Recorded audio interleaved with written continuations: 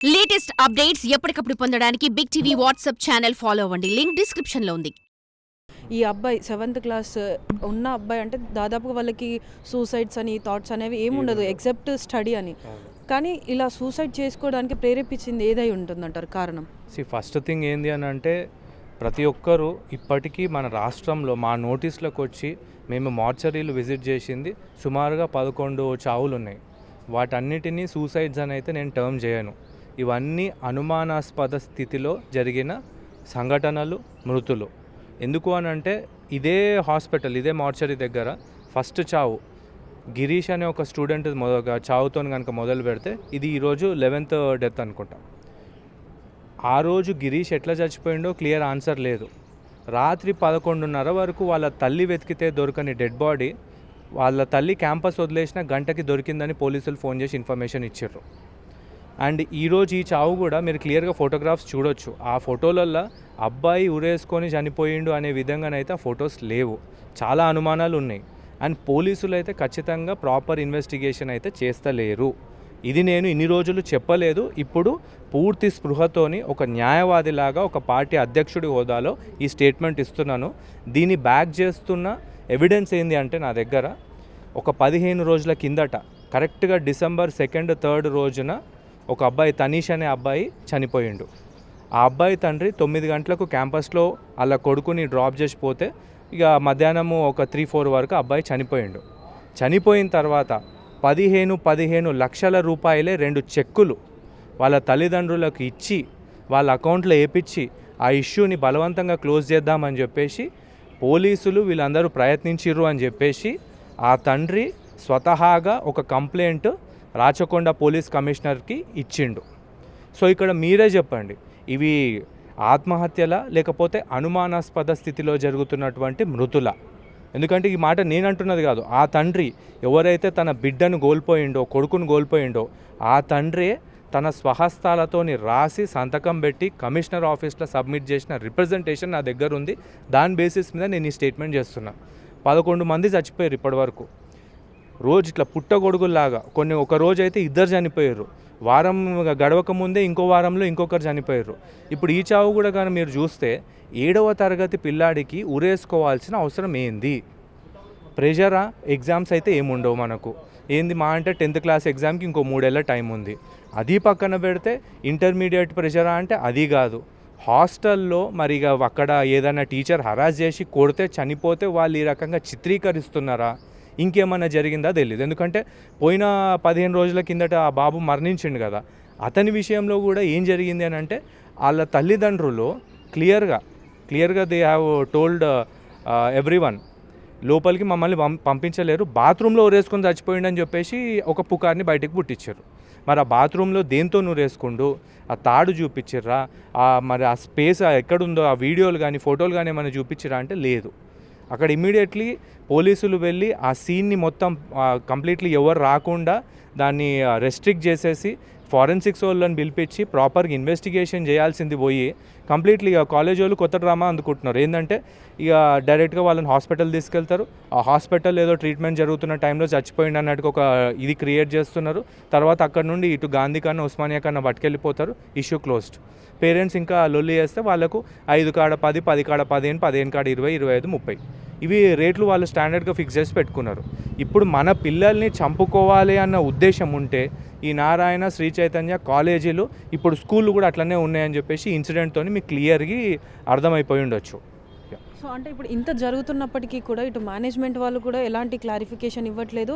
అదేవిధంగా ఎవరైతే వాళ్ళ పైన దాడి చేయడానికి వచ్చినా కానీ లేకపోతే పేరెంట్స్ ఎవరైనా మాట్లాడడానికి ఉన్నా కానీ వారిని డబ్బులు ఇచ్చి అయితే మభ్య పెడుతున్నారు. సో ఇవన్నీ ఇలా కొనసాగుతున్నాయి అని చెప్పేసి కూడా నన్ను అంటున్నారు. అంటే ఇంకా మరణాలు కూడా ఎక్కువైతున్నాయి అని అంటున్నారు.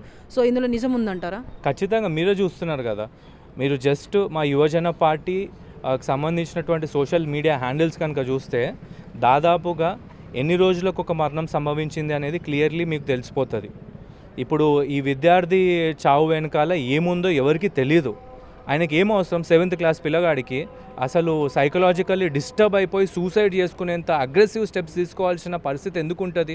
ఇప్పుడు కాలేజ్ అన్నప్పుడు అక్కడ వాళ్ళ ఫ్రెండ్స్ అయి ఉండొచ్చు, టీచర్స్ అయి ఉండొచ్చు, వీళ్ళందరూ మంచి ఒక అట్మాస్ఫియర్గా అనుకుంటే ఒకవేళ అట్లాంటి థాట్ ఉన్నోడు కూడా బయటకు వస్తాడు. వీళ్ళు ఆ థాట్ లేని స్టూడెంట్స్ని కూడా ప్రొవోక్ చేసి చనిపోయేటట్టుగా చేస్తున్నారు. And totally responsible. ఇప్పటి వరకు ఇంతమంది చనిపోయారు కదా, ఒక్క కాలేజ్ చూపియండి, ఈ రెండిట్లలో ఒక్క కాలేజ్ క్యాంపస్లోనైనా ఒక స్టూడెంట్ ఫోటో పెట్టి కండోలెన్సెస్ని ప్రకటించిర్రా? లేదు.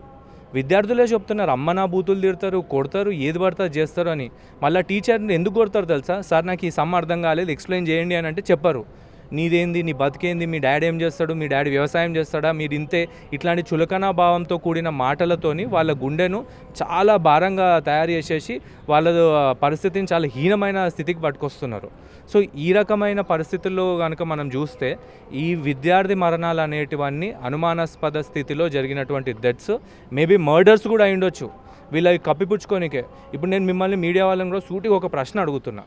ఇప్పుడు నేను ఏదైనా తప్పు చేసిన, ఆ తప్పులకించి బయటపడనీకే చూడరా బాబు 5-10 తీసుకొని వదిలేనాను అని ఎవడో ఒకడు ఆ రకంగా కాంప్రమైజ్ చేసుకుంటాడు. వీళ్ళు తప్పు చేయలేదు అని ప్రూవ్ చేయడానికి వాళ్ళ దగ్గర ఏం సాక్ష్యం ఉంది? క్లియర్లీ వాళ్ళు 15, 20, 30 లక్షల చెక్కులు ఇచ్చేసి అకౌంట్లో క్రెడిట్ అయినట్టుగా ప్రూఫ్లు ఈరోజు కమిషనర్ ఆఫీస్ టేబుల్ మీద ఒక లెటర్ రూపంలో ఉన్నాయి. వాళ్ళు అడ్మిట్ చేసిన ప్రూఫ్ ఉంది. మరి తప్పు చేయనప్పుడు మీరు ఈ డబ్బులు ఎందుకు ఇస్తున్నారు? దీని గురించి వాళ్ళే సమాధానం చెప్పాలి. తప్పు చేయనప్పుడు చూడండి తల్లిదండ్రులారా రండి, ఇగో ఇట్లా జరిగింది, ఇది సంఘటన అని చెప్పేసి ఓపెన్గా ట్రాన్స్పరెంట్గా చూపిస్తే తల్లిదండ్రులకు కూడా ఒక మనశ్శాంతి అనేది ఉంటుంది కదా, అరే ఇట్లా జరిగింది అని చెప్పేసి వాళ్ళు కూడా ఉంటారు కదా. ప్రతిసారి డబ్బులు డబ్బులు డబ్బులు అనే కోణంలో పట్టుకెళ్ళిపోయి నోట్లో కుక్కి మూపించే ప్రయత్నం మీరు చేస్తున్నారు. ఇక ఇది సంఘటన నేను పూర్తిగా ఆధారాలతో సహా మీకు నేను ముందు పెడుతున్నాను. 15 రోజుల కింద జరిగిన చావుకు సంబంధించినటువంటి వివరాలు ఇవి. సో అంటే ఇప్పుడు చనిపోయిన అబ్బాయి వాళ్ళ మామయ్య ఎవరైతే ఉన్నారో ఆయన ఏమన్నారు అని అంటే ఫిజిక్స్ సార్ ఎవరైతే ఉన్నారో అతను ఇతనికి చదువు రాదు అని చెప్పేసి ఊరికే ఇన్సల్ట్ చేయడం వల్ల మనస్తాపానికి గురై ఇలా సూసైడ్ చేసుకున్నాడు అని అంటున్నారు. సో మీరేమంటున్నారంటే అది లైక్ ఇదేంటి ఒక రీజన్ లేస్గా అనుమానాస్పద మృతి అని అంటున్నారు. అంటే ఈ రెండిట్లలో ఏది నిజం అనుకోవచ్చు? ఇప్పుడు నేను ఇందాక వాళ్ళ ఫ్యామిలీ మెంబర్స్తో ఇక్కడ మాట్లాడినా, వాళ్ళు చాలా క్లియర్గా చెప్పారు అబ్బాయి మొద్దేం కాదండి, చాలా క్లెవర్ అబ్బాయే, బాగా చదువుకుంటాడు అని చెప్పేసి వాళ్ళు చెప్తున్నారు. సో ఇక్కడ ఇవన్నీ కాంట్రడిక్షన్స్లోకి ఎవరు ఏంది అనేది వెళ్ళే కంటే ముందు అసలు ఇక్కడ జరిగింది ఒక డెత్. మరి పోలీసులు ప్రాపర్గా పంచనామా చేసిర్రా? ఆ పంచనామా ప్రొసీడింగ్స్ అంటే ఒక 5 మందిని పిలవాలి, పిలిచిగో ఇట్లా అయ్యింది అని చెప్పేసి ఆ ప్రొసీడింగ్స్ చేయాలి. అవన్నీ ఏం చేయకుండా ఇట్లా ఇబ్బందులు పెట్టుకుంటా యథావిధిగా ఎట్లా అంటే ఏదో ఒకటి అయిపోయింది కదా క్లోజ్ చేసేసేయండి అని క్లోజర్ రిపోర్ట్ పెట్టేసి క్లోజ్ చేయడం ఎంతవరకు కరెక్ట్? ఇది ఎందుకంటే ఇన్వెస్టిగేషన్లు అనేటివి ప్రాపర్గా ఎక్కడ జరుగుతలేవు. ఒకటా రెండా ఇప్పుడు దాదాపు 11 రిపోర్టెడ్ చావులు, అన్రిపోర్టెడ్గా ఎన్ని చావులు ఉన్నాయో మనకి ఇప్పటివరకు తెలియని కూడా తెలియదు. మరి వీటన్నిటికీ సమాధానం ఎవరు ఇవ్వాలి? ప్రభుత్వం ఏమో పోలీసుల మీద డిపెండ్ అవుతుంది, పోలీసులేమో ఇది ఈ రకంగా మిస్హ్యాండిల్ చేస్తున్నారు. ఆయన క్లియర్గా చెప్పిర్రు, ఎవరు 15 days బ్యాక్ వాళ్ళ ఫాదర్ కూడా క్లియర్లీ ఆ లెటర్లో అడ్మిట్ చేసిండు. మా కులానికి సంబంధించినటువంటి కొంతమంది ఆఫీసర్లను పట్టుకొచ్చి వాళ్ళ ద్వారా కాంప్రమైజ్ బలవంతంగా చేపించారు, మాకు ఇష్టం లేకున్నా కూడా ఇవి ఆధారాలు, ఇవి చెక్కులు మా అకౌంట్లో పడ్డాయి అని చెప్పేసి ఇంత ఓపెన్గా ఒక తండ్రి వచ్చి on a proper through a proper ఛానల్లో కంప్లైంట్ ఇచ్చిందంటే మీరే అర్థం చేసుకోండి. ఇప్పుడు ఇక్కడ వాళ్ళేమన్నారు వీళ్ళేమన్నారు అని పక్కన పెట్టేస్తే మనకు నిజాలు కంటికి ముందు ఎట్లా కనిపిస్తున్నాయనే చూడాలి. ఇప్పుడు ఎవరు వదిలినా వదలకున్నా మేము మాత్రము ఈ అనుమానాస్పద స్థితిలో జరిగే ఈ చావులనైతే వదిలే ప్రసక్తే లేదు. సో అంటే ఇప్పుడు మనం దాదాపుగా చూసుకున్నప్పటికీ కూడా మార్నింగ్ నుంచి మొత్తం అంతా సెక్యూరిటీ పోలీసులను అయితే పెట్టడం జరిగింది. సో అంటే తప్పు చేయలేని వాళ్ళు పోలీసులని పెట్టుకోవాల్సిన అవసరం ఏంది అని ఇటు పేరెంట్స్ అంటున్నారు, పిల్లల్ని తీసుకెళ్ళడానికి వచ్చిన వేరే పేరెంట్స్ కూడా అంటున్నారు. సో అంటే నిజంగానే వారు తప్పు చేసి ఉంటారా, అందుకే అంత సెక్యూరిటీని పెట్టుకున్నారంటారా? 100%. ఇప్పుడు తప్పు చేయనోడికి ఏమవసరము? పిల్లలందరినీ పక్కకు పిలిచి నాన్న మీకు ఇట్లాంటివి ఏమైనా ప్రాబ్లమ్స్ ఉంటే చెప్పండి రా, మేము చూసుకుంటాము అని చెప్పేసి మీరు అట్లా కన్విన్స్ చేసి వాళ్ళతో ఒక కండోలెన్స్ మీటింగ్ పెట్టి మన మధ్యలో ఉన్న ఒక స్టూడెంట్ ఇప్పుడు లేడు, మనం అందరం ఒక సంతాప సభ పెట్టుకుందాం అనే విధంగా ఏమైనా చర్యలు తీసుకుంటారా? తీసుకోరు. ఇమీడియట్లీ పోలీసులను పిలిపిస్తారు, ఆడ బందోబస్తు పెట్టుకుంటారు. ఏ స్టూడెంట్ యూనియన్ వాళ్ళని ఎవరైనా వస్తే వాళ్ళని అక్కడి నుంచి చెదరగొట్టడానికి, వాళ్ళ మీద ఉల్టా కేసులు పెట్టడానికి ప్రయత్నాలు చేస్తుంటారు. ఇవన్నీ పక్కన పెడితే నేను ఒకే ఒక పాయింట్ని స్ట్రెస్ చేస్తున్నాను. ఇంతమంది విద్యార్థులు చనిపోయారు కదా మీ క్యాంపస్లలో, మీరు మంత్రులు ఉన్నారు, ఇక మొత్తం గవర్నమెంట్ అంతా మీ అయ్యా జాగీర్ అయినట్టుగా మీరు బిహేవ్ చేస్తున్నారు. ఒకటే ఒక పాయింట్కి మీరు సమాధానం ఇవ్వండి. ఇన్ని చావుల అవసరం మీకు తగలలేదా? మీ పిల్లలు మంచిగా ఉన్నారా? వాళ్ళేం సావలేదా ఇట్లాంటి సందర్భాలలో? ఒకసారి గుర్తు తెచ్చుకోండి అని చెప్పేసి నేను క్లియర్గా చెప్తున్నాను. ఏంది 1, 2, 3, 4, 5, 6 ఇవన్నీ ర్యాంకులు కావు. విద్యార్థుల అనుమానాస్పద స్థితిలో చనిపోయినటువంటి సంఖ్యల్లాగా మిగిలిపోయినాయి. ఒక్కొక్క స్టూడెంట్ ఏం అవసరం అండి? అందరికీ ఐఐటీలు అని చెప్పేసి చెప్తున్నారు. ఈరోజు మీరు నోటీస్ చేస్తే నేను మీ ఛానల్లోనే చూసినట్టున్నా, మీరు ఆల్రెడీ అక్కడికి వెళ్ళారు కదా, అక్కడ మొత్తము రౌడీలు ఉన్నారు. మా మీద నారాయణ కోహెడ క్యాంపస్ వైపు మేము ప్రశ్నించడానికి వెళ్ళినప్పుడు, ప్రాపర్ కెమెరాలు పెట్టి ఎక్కడ చనిపోయిండు, సీన్ ఆఫ్ ఇన్సిడెంట్స్ అన్నిటిని షూట్ చేయడానికి వెళ్ళినప్పుడు మా మీద దాడి చేసినటువంటి రౌడీలు ఈరోజు చావుగాంగని వచ్చిర్రు. వాళ్ళు ఆ రోజు మమ్మల్ని ఏమేమో తిట్టిర్రు. ఈరోజు మేము అడుగుతున్నాము, ఈ బ్రోకర్ల కాడ ఏం పని? చనిపోగానే రావాలి, పేరెంట్స్కి ఇంత మూట చెప్పేందుకు, ఏదో ఒకటి బలవంతంగా వాళ్ళను భయపెట్టడానికి, ఏదో అట్లా ఆ రకమైన పనులు చేసే బ్యాచ్ అంతా మీరు తీసిన వీడియో ఫుటేజ్లలో క్లియర్గా ఉన్నారు. వాళ్ళ ఫోటోలతో సహా మేము ఇదే హయత్ నగర్ పోలీస్ స్టేషన్లో కంప్లైంట్ ఇచ్చినాము. ఆ కంప్లైంట్ సంబంధించి ఫాలోఅప్ గురించి కూడా ఈరోజు మా వాళ్ళు అక్కడనే కూర్చొని ఉన్నారు. ఈ రౌడీలకు మీ కాలేజ్లలో స్కూళ్ళల్లో ఏం పని? ఒక్కడి ముఖం అన్న చదువు చెప్పే ముఖం లాక్కున్నదా? రోడ్డు మీద రౌడీజం చేసుకొని మాలాంటి వాళ్ళు ఒక లీగల్ ప్రొఫెషనల్లో ఉన్నటువంటి వ్యక్తి మీద దాడి చేసేంత నీచానికి దిగజారేటువంటి రౌడీలు ఉన్నారు అక్కడ. మరి వీళ్ళందరూ ఎక్కడి నుండి వస్తున్నారు? వీళ్ళందరూ స్కూళ్ళల్లో ఎందుకు ఉంటున్నారు? మరి ఇట్లాంటి వాళ్ళు ఉన్నటువంటి స్కూళ్ళల్లో కాలేజ్లలో మన పిల్లలు జాయిన్ చేస్తే సేఫ్ ఉంటారా? అట్లాంటి రౌడీయే వచ్చే మన కొట్టి చంపిండో తిట్టి చంపిండో మనకు తెలియదు. మరి అట్లాంటప్పుడు ఇది మనం సూసైడ్ అని అయితే 100% అనుకోలేము. ఇది మిస్టీరియస్ సర్కమ్స్టాన్సెస్లో సంభవించినటువంటి ఒక చావు. సో అంటే ఇప్పుడు పేరెంట్స్ ఎంతో భవిష్యత్తులో ఎంతో ఎదుగుతారు, ఒక మంచి పొజిషన్లో ఉంటారని ఇలాంటి కార్పొరేట్ కాలేజెస్ కానీ స్కూల్స్లలో చదివిస్తున్నారు. కానీ ఈ రోజులలో ఈ పరిస్థితులు చూస్తుంటే వాళ్ళ చావు కొని తీసుకొచ్చుకునే విధంగానైతే ఈ కాలేజెస్ కానీ స్కూల్స్ ఉంటున్నాయని అనుకోవచ్చా? నేను క్లియర్లీ ఒకటే చెప్తున్నాను పేరెంట్స్ అందరికీ కూడా, ఈ కాలేజ్లలో జాయిన్ చేయడము అని అంటే ఈ కాలేజు స్కూల్స్కి పైసలు ఇచ్చి మనం లైసెన్స్ ఇచ్చినట్టే. మా పిల్లల్ని మీరు చంపేసేయండి రా అని చెప్పేసి పైసలు కట్టి లైసెన్స్ ఇచ్చినట్టే. ఇప్పుడు అవే సంభవిస్తున్నాయి. ఇప్పుడు మన పిల్లల్ని అందులో జాయిన్ చేసిన తర్వాత వాళ్ళు సక్సెస్ఫుల్గా చంపేసేసి ఏ ఆధారాలు లేకుండా అన్ని వ్యవస్థల్ని మేనేజ్ చేసేసి 5ో 10ో మన మొఖాన కొట్టేసి ఇష్యూని క్లోజ్ చేసేసి సక్సెస్ఫుల్గా మీ బాబు చనిపోయిండు, మాకు సంబంధం లేదు, మీకు కూడా సంబంధం లేదు అనే విధంగా చిత్రీకరిస్తున్నారు.